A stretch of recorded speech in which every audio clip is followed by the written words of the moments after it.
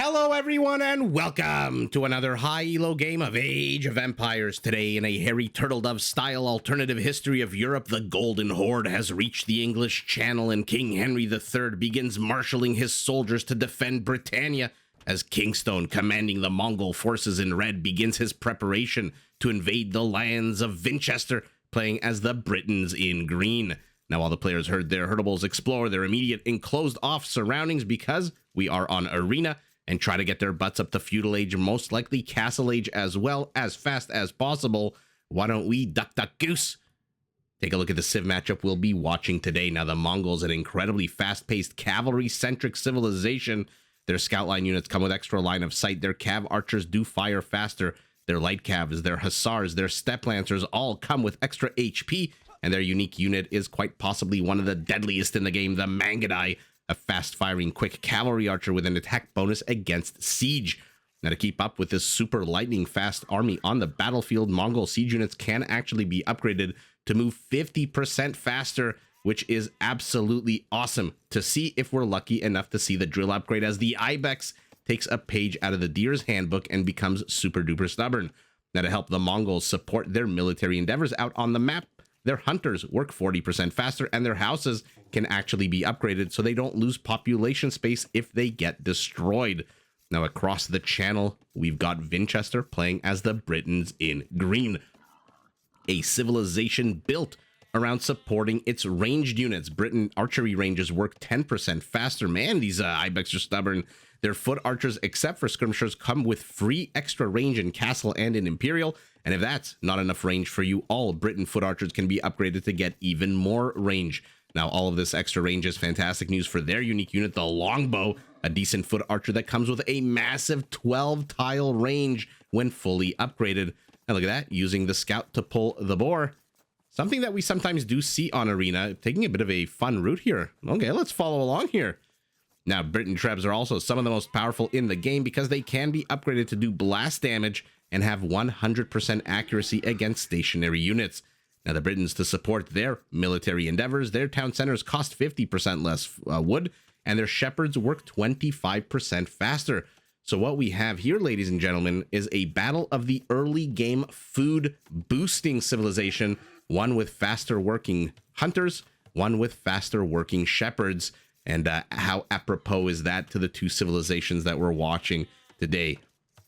Now, while they both continue to expand their settlements, let's take a look at the map because we are in Arena. Man, Vinchester taking a good amount of risk. If you're not aware, the wild animals in the beginning of the game, the boars, the javelinas, the rhinos, the elephant, they come with attack bonuses. Take a look at that. Camel, +8, cavalry, +3, eagle, warrior, +4. They come with attack bonuses, which means that there's a reason you don't see scouts usually pulling boars left, right, and center, but Vinchester here choosing, instead of sending a villager, to optimize his economy fantastically by using that scout. But that also does mean that it is KingstoNe's Mongol scout with that extra line of sight who is out on the map earlier. Although, Vinchester is going to head straight for a relic. They are on discovery duty right now, planning for stage 2 of the Arena game. If you're not familiar, if you're familiar, it doesn't really matter. I'm going to go over my usual spiel about Arena. Generally follows a 3-part meta. In the first, the players rush their butts up to Castle Age so that they can get monks out and start getting these guys, the relics. Once the relics are all gathered, sent to the respective national museums of the players, stage 2 of the game ends. And then stage 3 begins where the players train big ol' armies and then have big ol' battles. As you've seen on the channel, actually, you've seen quite recently a few Arena games where we've had some pretty damn big battles. Let's see how they look like here. It is our Mongol who, off the back of 15 villagers, has already hit Feudal Age. Let's see what the game plan here is for our Mongols as 4 villagers are in the queue. Now, already we have somewhat of a deviation from the standard gameplay, and Vinchester has to play along because he's going up also with only 21. Usually on Arena, you see 25, 26, sometimes a little bit more villagers, so that the players can hit feudal and then immediately plop down, let's say, a market and a blacksmith. And there you go. The boar pull ultimately does hurt our Briton, who has seen only 2 relics. How sour is this that he hasn't discovered the one that's right next to his base, the closest one, actually? So usually 25, at most maybe 26, 27 villagers, and the players then rush up to Feudal Age, that the second they hit Feudal Age, they can plop down a market, a blacksmith, a stable if they want to contest relics or gather relics and play into the standard meta, and then immediately go up to Castle Age. Now we're seeing something a little different out of both players, although Vinchester reacting a little bit, although wait a second. What is going on in this game? Let's see it. Is our Mongol going to discover? Yes, he sees the villagers carrying like Arnold Schwarzenegger in commando, those giant logs. But he's got to be careful. Even though he's in Feudal and the attack jumps from 3 to 5, it is still only 45 HP, of which he has only 36. And look at that, our Briton hits Feudal a long time after his opponent, but doesn't really matter. He's putting down the archery range. Our Mongol has seen it. What is he going to do at home to defend against this? Okay, he is starting to wall this in. Secondary wall off. I love when players use the houses to create secondary wall off. So an interesting matchup here between these civilizations, because one of the major weaknesses of the Britons is their lack of a... I'm going to find eventually a better way to say this, but a unit that has that oomph, that je ne sais quoi, you know, that Teutonic Knight, that Latus, that even Manaspa now fully upgraded with their 22 attack. The Britons just don't have that absolute demolition unit. What they have is range and finesseful range units. So they're not going to be able to crush potentially what the Mongol can throw. The Mongol can throw a... I mean, it's one of these civs like the Saracens that can throw death at you from Castle Age onwards. And so I'm sure our Briton, part of the game plan here, aside from reacting to the lightning fast feudal timing of our Mongol, I'm sure part of the game plan is try to avoid late game here, because there's just nothing the Britons can really do to stop a tide of 50% faster moving siege units. And so that's why at the 12-minute mark of the game, usually on an arena game with high elo players, and by the way, their elos are pretty damn high. Usually at the 12-minute mark, you see scouts attacking scouts, maybe a monk coming out, maybe not a monk, but at least a spearman or two, maybe a scout here and there. Ooh, he's trying to get at these villagers going to the north of the wall here. But this game, completely wonky. Okay, let's see how it actually goes. Our Briton is pushing in here. No more villagers on stone, so not too sure what the point of this tower here is, except to help bust a hole in this settlement. But then what? You've got 5 wood. And now all of a sudden, it looks like our Briton is gathering the resources to go to Castle Age. Unfortunately for him, off the back of 29 villagers, our Mongol is already en route. His GPS a little bit more efficient. Oh man, I once took a trip down to Boston, and my friend and I were going from Boston to Foxwoods Casino. I don't know why my mouse is derping out a little bit, but we were going from Boston to Foxwoods Casino in Connecticut, and Google told us the trip would take a certain amount of time, and then our GPS, my dad gave me a GPS because this was like, ooh, when was this? This was like 14 years ago. So there really wasn't, beyond MapQuest and very basic Google Maps, the only way to have actual real-time location tracking was GPS. And the GPS took twice as long, and I didn't understand why. We finally got to the casino, we got settled in, and then I told my friend, why is this taking so long? And I looked at it, and it was set to rural roads, avoid major highways. And I was thinking, oh my god, I'm such an idiot. 4 hours wasted, could have been spent at the crap stable, but instead driving along the country roads of Massachusetts and Connecticut. Also not bad. We had some pretty damn good pizza along the way, so not really going to complain too much. But that story has come to an end. What is beginning as a story here is our Briton invasion of the Mongol lands. I thought for sure it was going to be the other way around, but okay, maybe not. Our Briton's backing away. In 8 seconds, he's going to have to deal with a Castle Age Mongol. He does not even have half the food he needs to go up to Castle Age. Vinchester seems a bit lost now. He's plopping down a house. What you do when you got really nothing to do with your villagers. And here we go. The answer to the Briton aggression is about to pop out with that Mongol siege unit. Now, unlike the Celts, unlike other civilizations whose Units might be cheaper. They might come with special features. The Mongol siege itself does not actually come with any particular special features for free. You actually have to research drill, and that is an Imperial Age upgrade. So for now, just a basic mangonel coming out of our Mongol. Although when you're fighting Feudal Age archers with, okay, at least he does have the, I mean, at least he does have a +1 attack and range. It's not going to save him from the mangonel, but at least it's something. A nice little participation medal here for these archers. You don't really need any special features. Our Mongol is down 5 villagers. Our Briton still does not have the food. He needs to go up to Castle Age. What the hell is Vinchester doing? What is the game plan here? Has he seen? He must have seen. Yeah, so he's seen the siege workshop with his tower. The scouts must be to try to snipe these mangonels. But I don't think this is KingstoNe's first time playing with mangonels. And so I think he knows. As long as he keeps these mangoes behind closed walls, there is no way these scouts are going to be able to get at them.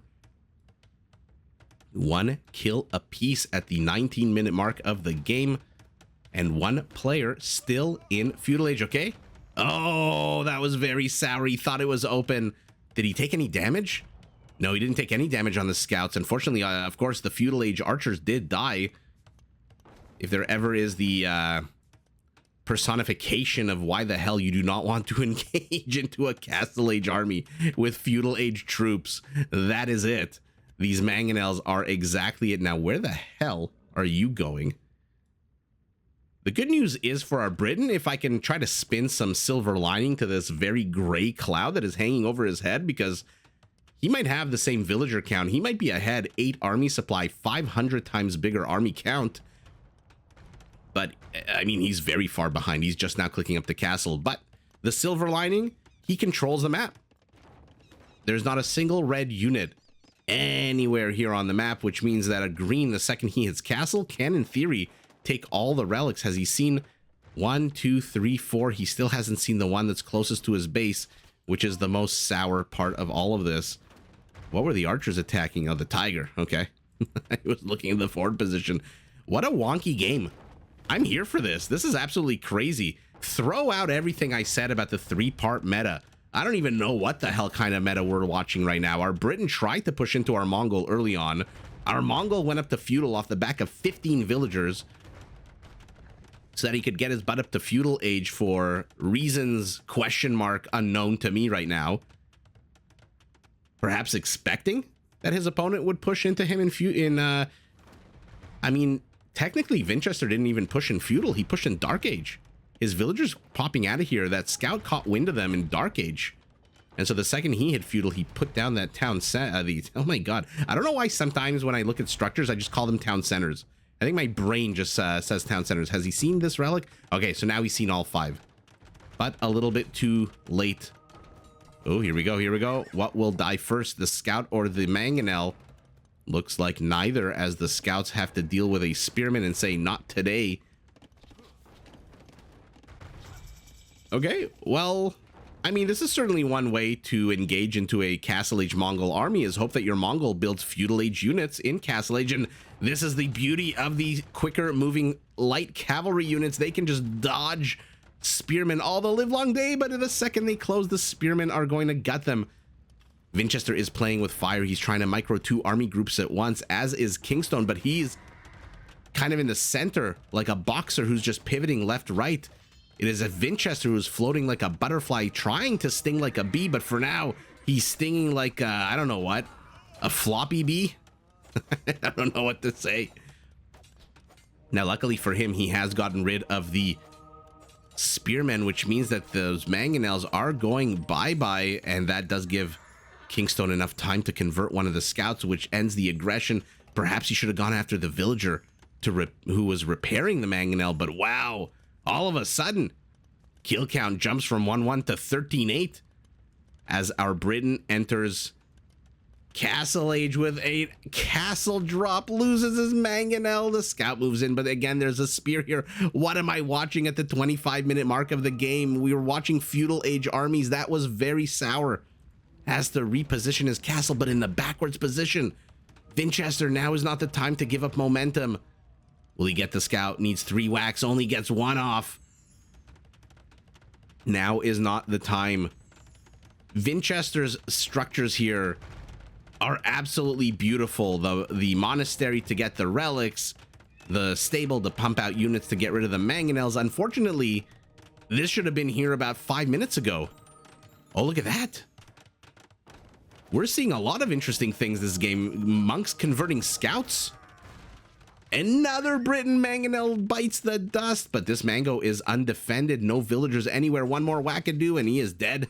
But for some reason, off of his killer's high, this scout unit is engaging into a spearman, and our Briton, our Briton is heading to Imperial at the 26-minute mark of the game. Why the hell are you headed to Imperial? He's training a longbow.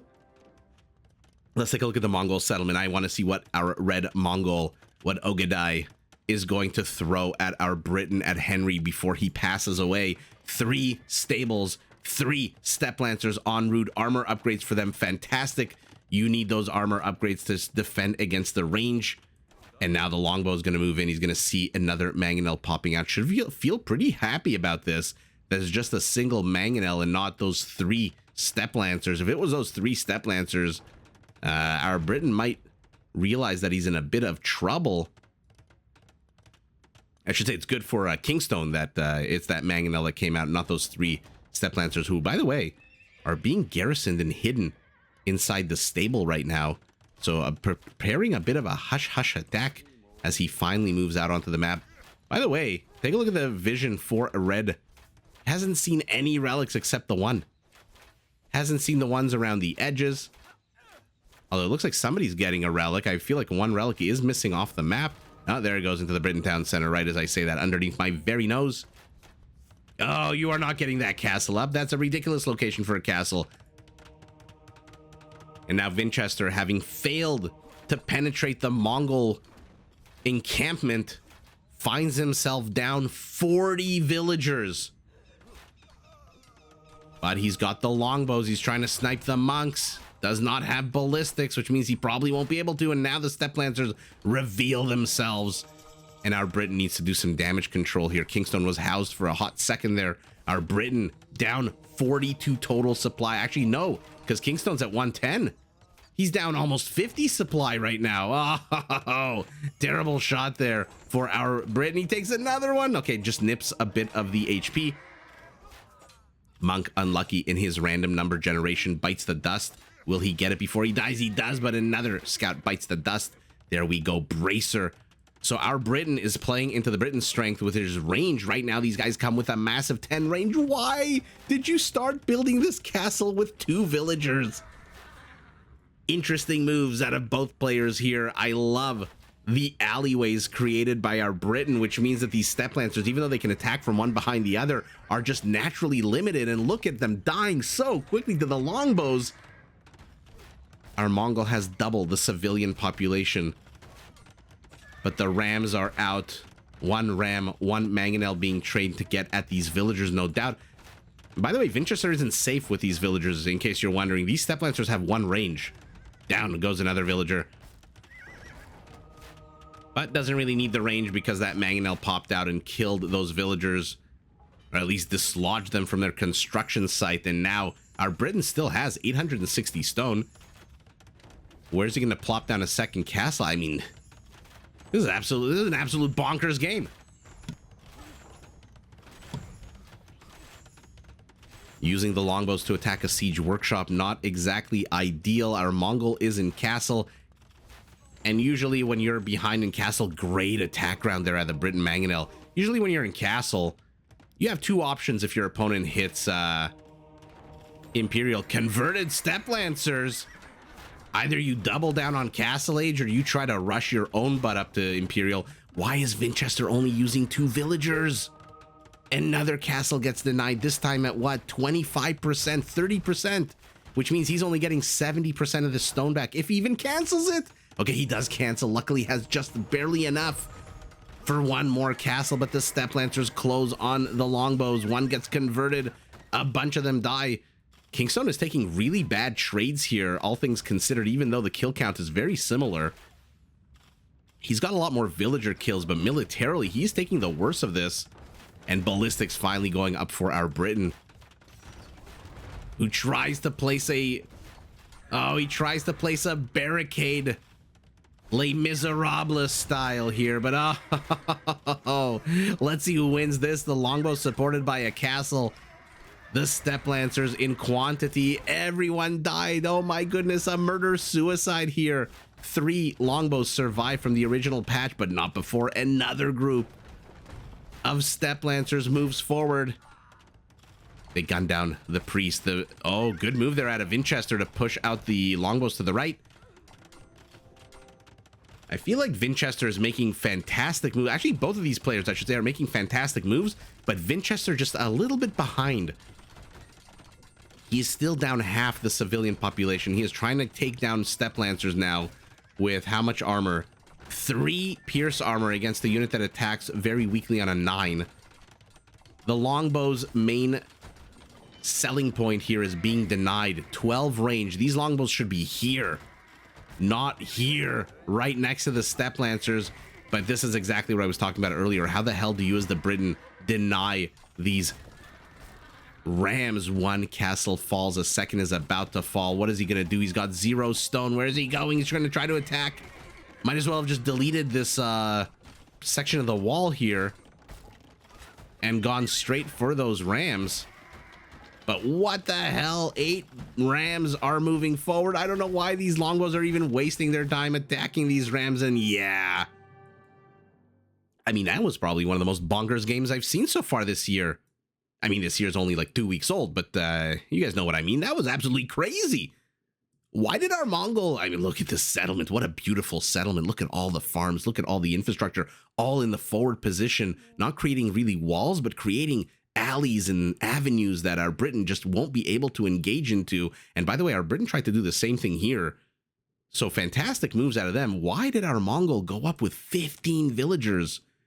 And why did our Britain act as if he was on Arabia, putting on a proxy archery range play aggression here in beginning of Feudal Age?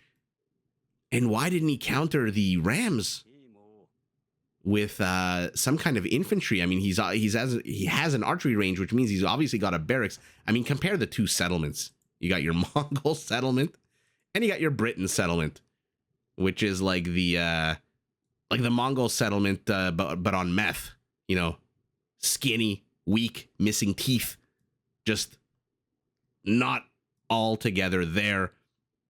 And our Britain, I think I understand the game plan from the Britain. He wanted to get at the Mongol before the Mongol could get at the heavier units, because there is a bit of a civ element to this. Like I said, the Britain's really lacking that late game powerful. I mean, they get cavaliers, I guess. They get basic onagers, fine.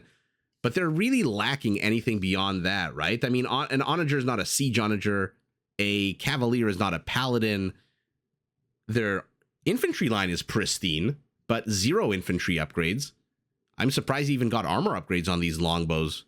Yeoman is a friggin' expensive. I've been saying it for the longest time. The cost of yeoman has to be decreased. It is just way too expensive of an upgrade for the Britons. Although, again, the Britons not a civilization that really needs a lot of resources, but still 750 wood for an archer civilization that focuses on wood.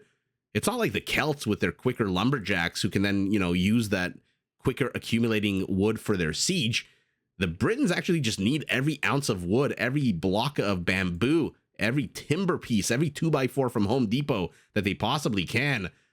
So, in any event, I'm going to stop ranting about yeoman. I do think it needs to be decreased, the cost of that, because it's prohibitively expensive, even though it is a castle age upgrade, which does allow these guys to jump up, I think, to 11 range, and then 12 once they go up to elite. But in any event, our Britain tried to put on that early game aggression, failed. Our Mongol with that 1 siege workshop with those mangonels that were defended by the spearmen in the home. Man, Castle Age with Feudal Age armies, we saw it, and then we saw the Mongol just push out the way the Mongols do. I mean, again, they're just a civilization that's designed to do exactly what KingstoNe did with them. Hold the line until you can, or just quickly get your butt up to a position where you can push out with these Step Lancers with 98 HP. So 60 base, 18 extra for the 30% bonus, and then Bloodlines. For all intents and purposes, 100 HP, 3 armor, and the longbow does 9 damage. So 6 damage to a unit with 98 HP. Needs 17 attacks from a longbow to die. Whereas this guy attacks on a 10, a longbow very flimsy with 35 HP and 1 armor. So 9 damage, 4 pokes of this long spear to kill a longbow, 17 arrows to kill a Step Lancer. And that's just the power differential between your Step Lancer, which, I mean, everyone knows Step Lancer is just OP in this game. And you're even a unit as cool as the longbow, which, again, not the strongest, but does rely on its range. So they could even be here, the longbows. Not too sure why they're so close. Well, I guess it doesn't really matter. There's a big fat castle defending it. But in any event, a bonkers, wonky game to start the weekend. And I absolutely love this game. Let's take a look at the stats. 62 Step Lancers, 20. Oh, if it was the other way around, maybe our Briton would have lasted a little bit longer. Peak APM right in the middle of the game for our Mongol. Peak APM, similar timing, 14 to 15 minutes, 18 to 19 minutes for our Briton. The economies, this is going to be hilarious. 23, 36.